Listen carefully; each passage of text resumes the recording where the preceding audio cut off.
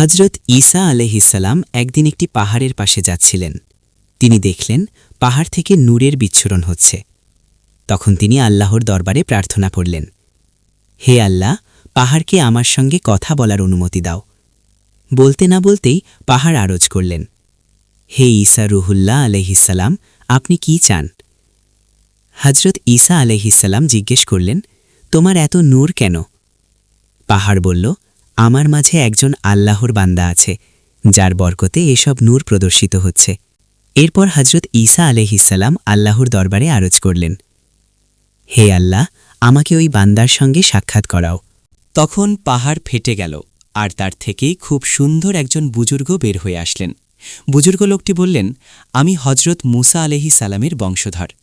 আমি আল্লাহর দরবারে প্রার্থনা করেছিলাম যেন আমার বয়স বৃদ্ধি করে দেয়া হয়, যাতে আখিরি নবীর পবিত্র যুগ লাভ করি, তার উম্মতের মধ্যে অন্তর্ভুক্ত হতে পারি। ফলে তখন থেকে ৬০০ বছর যাবৎ এই পাহাড়ের মধ্যে এবাদতে মগ্ন আছি।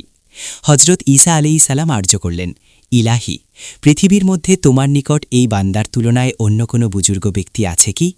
আল্লাহ তাআলা ওহির মাধ্যমে জবাবে দিলেন, হে ঈসা আলাইহিস সালাম, উম্মতে মুহাম্মাদের মধ্যে যে ব্যক্তি রজব মাসে একদিন রোজা পালন করবে, সে আমার নিকট এই বান্দার চেয়েও বড় বুজুর্গ হিসাবে গণ্য হবে।